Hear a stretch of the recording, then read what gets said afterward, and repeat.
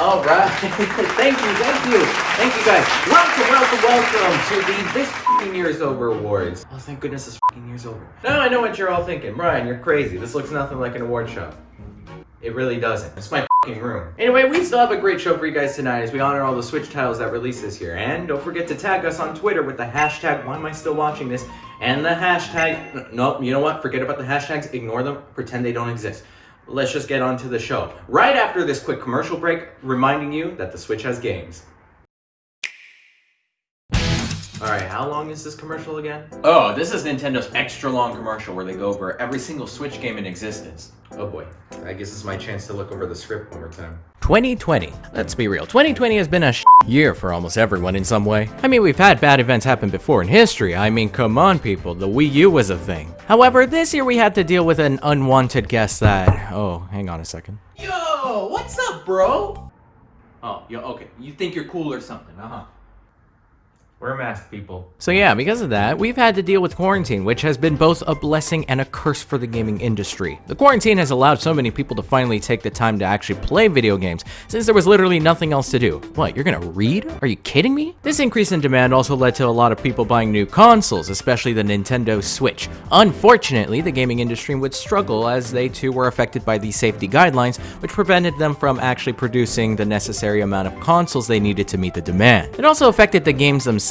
People were for a while talking about how huge 2020 was going to be in terms of Nintendo titles, but they definitely got pushed back with all the struggles in development. Like, we probably would have had about 4 or 5 Smash characters by now, but at least we got Steve. So it's been a pretty struggling year for Nintendo, but it's also been a pretty damn good one. So let's look at all the things that Nintendo had to offer this year.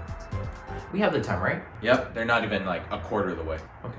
This year was yet another year looking to bring Wii U games over to the Nintendo Switch, with some notable ones being Tokyo Mirage Sessions, Wonderful 101, and Pikmin 3. These are 3 games that definitely deserve their spot on the Nintendo Switch. However, none of them are Xenoblade Chronicles X. Oh, come on, Nintendo. Where's the Xenoblade game? Yeah, that works. Xenoblade Chronicles Definitive Edition was definitely a nice surprise to see when it was announced back in 2019, and the game ended up living up to its hype with so many wonderful improvements to see, not only in comparison to the original Wii version, but also in comparison to Xenoblade Chronicles 2. Another surprise we were introduced to was Pokemon Mystery Dungeon Rescue Team DX, released in early March. This was a full remake of the original Red and Blue Rescue Team games that were released back on the Game Boy Advance and the DS. These games were a wave of nostalgia for me as I remember playing the originals and enjoying them a lot, and the remakes themselves were well done with its beautiful art style and amazing soundtrack. But if we're talking about March, there was only one day that fans were excited for, the day we would finally get Animal Crossing New Horizons. It was originally set for 2019, but it would be later delayed for March 2020. This was just around the time when we started quarantine, and what could be a better way to spend life indoors than living real life in Animal Crossing instead? Now let's be honest, these games were far from perfect. I mean, the multiplayer was a nightmare at times, but the game did look very nice on the Nintendo Switch, with so many wonderful new features built on from New Leaf. But screw Animal Crossing! Oh boy, I'm gonna get canceled for saying that, aren't I?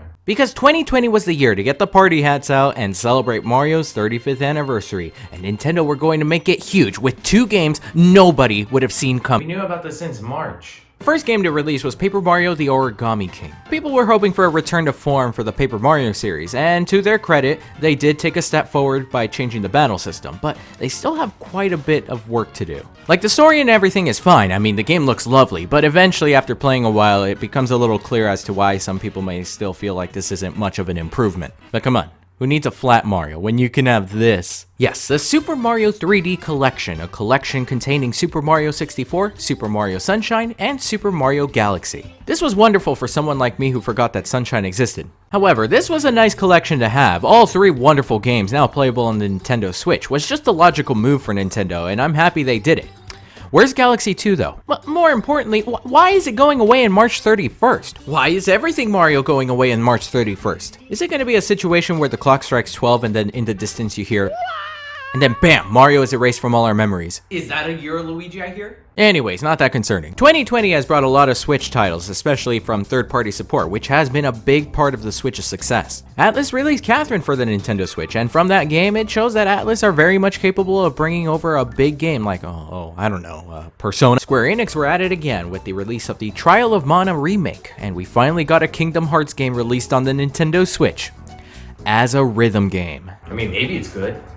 I did like Mustache. But arguably, the biggest of these titles was a game by Koei Tecmo, Hyrule Warriors Age of Calamity. This was a game I absolutely did not expect to happen, and I'm so happy it did. It was announced as a prequel to the Breath of the Wild, taking place during the events that occurred 100 years in the past, and in my opinion, it's definitely a wonderful game. The story just answers so many questions from Breath of the Wild, and the more hours I put, the more interesting things got. As for the gameplay, let's just leave it at that for now. But there you have it. Even though it seemed like 2020 was set to ruin all the gaming industry's plans, Nintendo was still able to make it through strong. I know I didn't talk about everything that was released on the Switch this year, but does it look like I want to discuss Battle for Bikini Bottom on the Switch? Still, if a year like 2020 was able to manage well with great releases, I can only imagine what 2021 will be like. Pokemon, Zelda, and Metroid are all going to be looking to celebrate their anniversaries in a big way.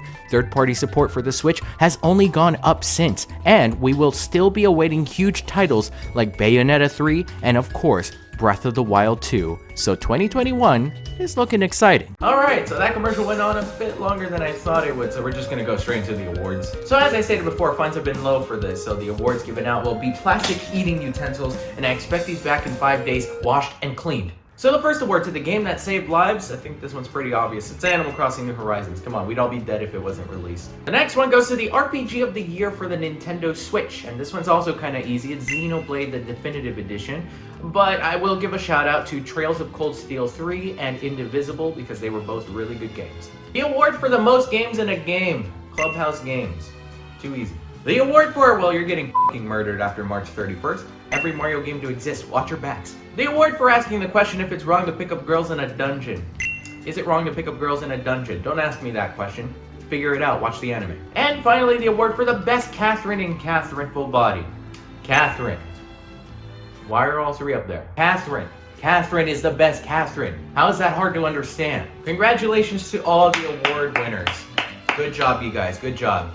Washed and returned 5 days. And coming up is the game of the year itself. But first, we'll respond to a couple comments and questions from our audience because, you know, we gotta show that we have some dignity here. All right, let's get to the questions. Hey, my name is Landon, and I was just wondering, why exactly do you hate Ultra Sun and Ultra Moon? I'm afraid that's all the time we have. But it hasn't even been a minute. No, that's it. All right, people, it's time to announce the game of the year. What are you doing in my room?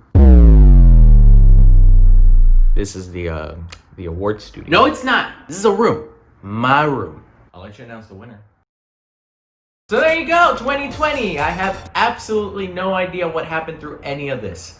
But I'm curious to see what Nintendo's Game of the Year is going to be. It's probably Animal Crossing.